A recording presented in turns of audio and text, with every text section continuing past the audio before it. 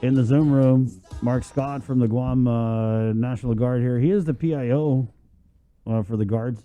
And you'd sent an advisory out yesterday, Mark. Was it kind of, I was like, oh, what's this? Because it was entitled something about a dose shortage. Right, yeah. So, over the weekend, the Joint Information Center, they had reported about the shortage of the vaccinations, and which led to Saturday's vaccination clinic at the UOG Cowboy Fieldhouse being postponed. And so we wanted to bring you on the show, Mark, to kind of explain how this is all going to work, what calls are being done to notify people that were scheduled for Saturday that, they have to come in at another time. Yeah, hi, good morning, Chris and Bree. Good morning, Jason Joseph, people of Guam, Papa Day. You're right. So last Saturday, the JIC release came out notifying the folks of the projected dose shortage. So what I sent you guys yesterday was an FAQ sheet, a little frequently asked question, just to expand on that release that was put out. So as some people may know, due to the global demand, which is high, the national demand, which is high, and compounded with some severe weather that the states was having, it looks like we're going to probably run out by Saturday, and we're talking about mostly Moderna. The bottom line here, guys, is that there's no need to panic. It's just a postponement, and there's some more doses expected to come in on March 5th. So it's a postponement. If you scheduled or you were prepared to come in on Saturday, all the way through until March 5th, while we're waiting for that next dose, you can just go ahead and schedule for a later date. The CDC put out that you're still good up to 6 weeks after your dose one. So everyone that was due on Saturday this upcoming week is still going to be fine. So they don't come on like Friday or anything like that. So Pfizer, right? There's two different answers for this one. It gets a little tricky. For Pfizer, only 67 people are due for their dose 2 on Saturday. That's what we're tracking. So with such a smaller number, only 67 people, the Pfizer dose 2s, go ahead and come in early. You can come in up to 4 days early. Now, Moderna is the one where there's like 1,000 people due for their dose 2. That's the one that we can't accommodate because we'll be out. So we're encouraging everyone that was due on Saturday, the 27th, all the way up until the shipment comes, which is March 5th of next week, to go ahead and push it back to after the stuff arrives. Okay. Is there like a QR code for that already out? No. So there's no clinic with a QR code yet, because we don't want to start booking appointments until we're sure that a shipment arrives on March 5th. Mm-hmm. Now, what we can do is we can track that shipment as best we can. We can all be ready in place, all hands on deck for when it arrives and lands at the airport. And as soon as it does, we're back in action. The press releases will go out, the JIC releases will go out, we'll post the links, the QR codes, all those things. But we want to ensure that thing comes in first, expected on March 5th. Yeah, I'm still looking for that FAQ. I don't think I ever oh, let me send it. Sorry. Received it. Yeah. Here, I'm sending it to you right now. Okay. And we can post that FAQ if you don't have it, Jace. Sorry, I got it late yesterday afternoon. Okay. You should have it, Bree, right now in your WhatsApp. I just sent it to you too, Bree. I sent it to you before the guard PIO sent it to you.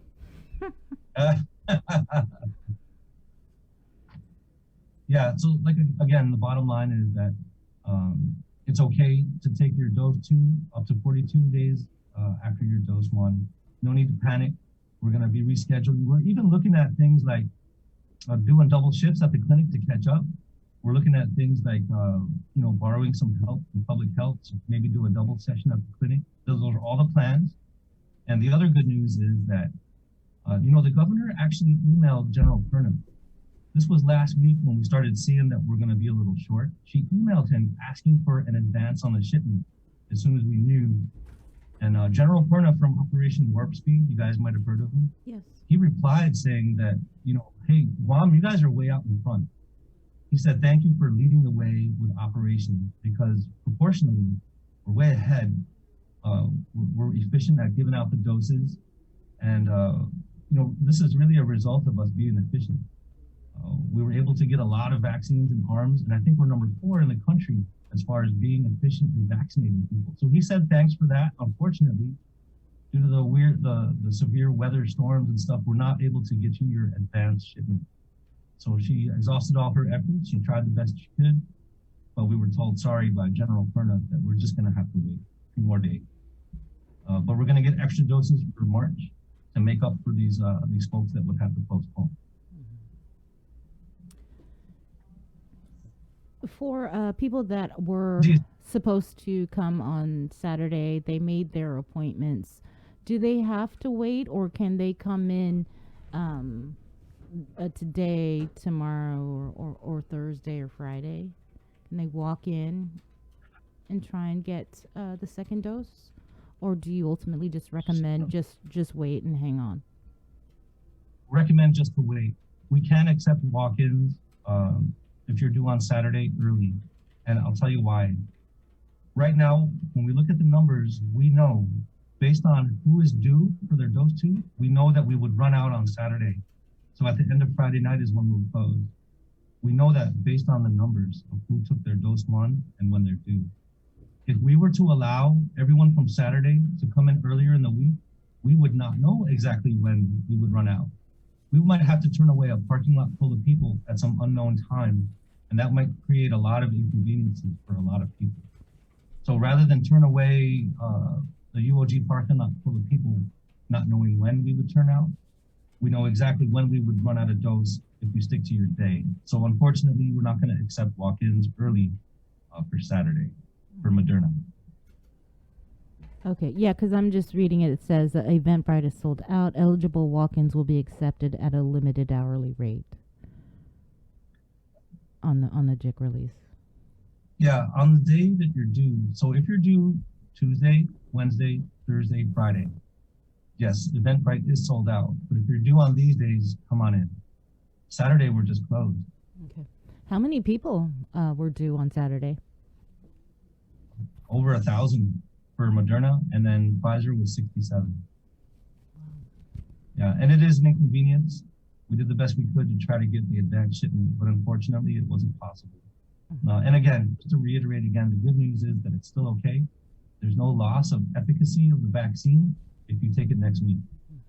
So that's pretty much the message that we want to let people know, that it's still okay. Your vaccine is still good to go.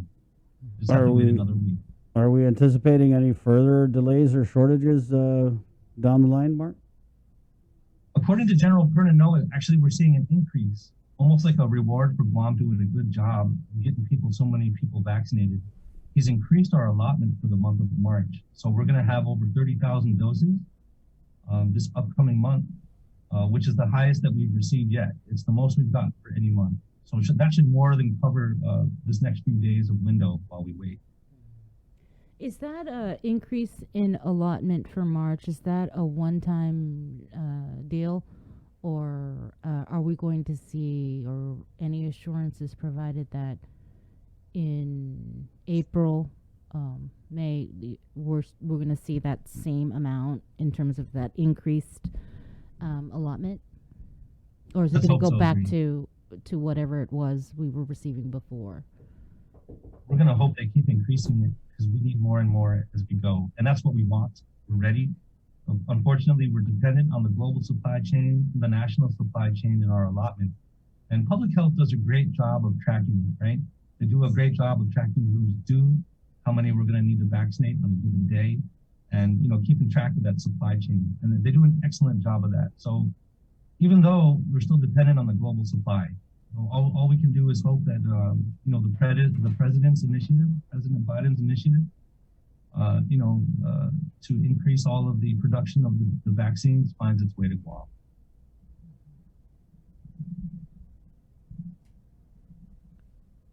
So you guys have put systems in place to ensure that we don't experience this again. Because it sounds like we gave out all these shots and oops, we forgot to plan right to make sure. Oh darn, we gave the senators. No, now you know what I mean? Now Tanana's not going to get hers. I don't think that's what happened, Bree. I don't think it's a lack of planning. I think we are dependent on the supply. The global supply of the vaccine is the variable here Okay. as to whether or not we have. Is this like a guard issue, Mark, or is it more of a public health issue? Because I remember in the public health oversight hearing that they had, they were talking, I think it was Senator Terlahi who said, hey, why haven't you guys like reserved some of these doses? And they had indicated that they were starting to do that like the day before the hearing or something. And so where they, let's say they get 700. It's a team effort. Go ahead. Yeah, if it's a public health or a guard issue, we are in support of public health like we've always been. I think you guys know by now that the guard is always in support of a civil agency or a civil authority. So we do fall under the umbrella of public health. However, we help out where we can. We notify the people of things like this where we can in the spirit of teamwork, and it's one team, one fight. When it comes to the policy about supply and the distribution, that does fall under the umbrella of public health. And we mainly operate the UOG clinic rather than deal with the supply chain. But in the interest of notifying the people about what to expect, of course, it's all hands on deck and we all help each other out. Okay, I think we got it. Yeah, that was a safe answer. He's like, yep, hey, we're only following orders here. Go check public health. That's what I got. That's what I decoded from that. Blink twice if I'm right, Mark. All right, Mark. All right. Anything else, my friend? You going to just thanks again. If I ever get a chance to do anything, it's to thank our community for doing the right thing and bringing down the CAR score. We're well ahead of the game. We're doing better than a lot of other places, thanks to you. And I got to plug my partners over here at the clinic, which is UOG, Public Health, and AmeriCorps, Serve Guam. We couldn't do it without you guys. Thank you all so much. Mm-hmm. Right on. Thank you, Mark. Just real quickly, now that we are in PCOR 3, any changes with the guard? Same as we talked about last time, Bree. We're looking at some of our other missions, and we're looking at drawing down, and those are conversations that the TAG and the governor and public health are all having. For example, we heard from our last caller that the Blue Med tents are going to be on standby in case there is another surge. But if there's not, then we can look at taking those down. We're looking at getting the workers down at the Dusatani and Dusit Beach Resort back into their jobs responsibly and in partnership with all the stakeholders, and making the changes to draw down or I guess reduce our forces as needed. Because the guard is an emergency option. We're here to help when we're needed, and when it's no longer a crisis, such as like PCOR 3 and eventually PCOR 4, that's time for us to say, thank you. All right, well, thank you. No, thank you. All right, guys. All right. Thanks, Mark. Okay. All right, guys. Have a good day. That's Take that. care.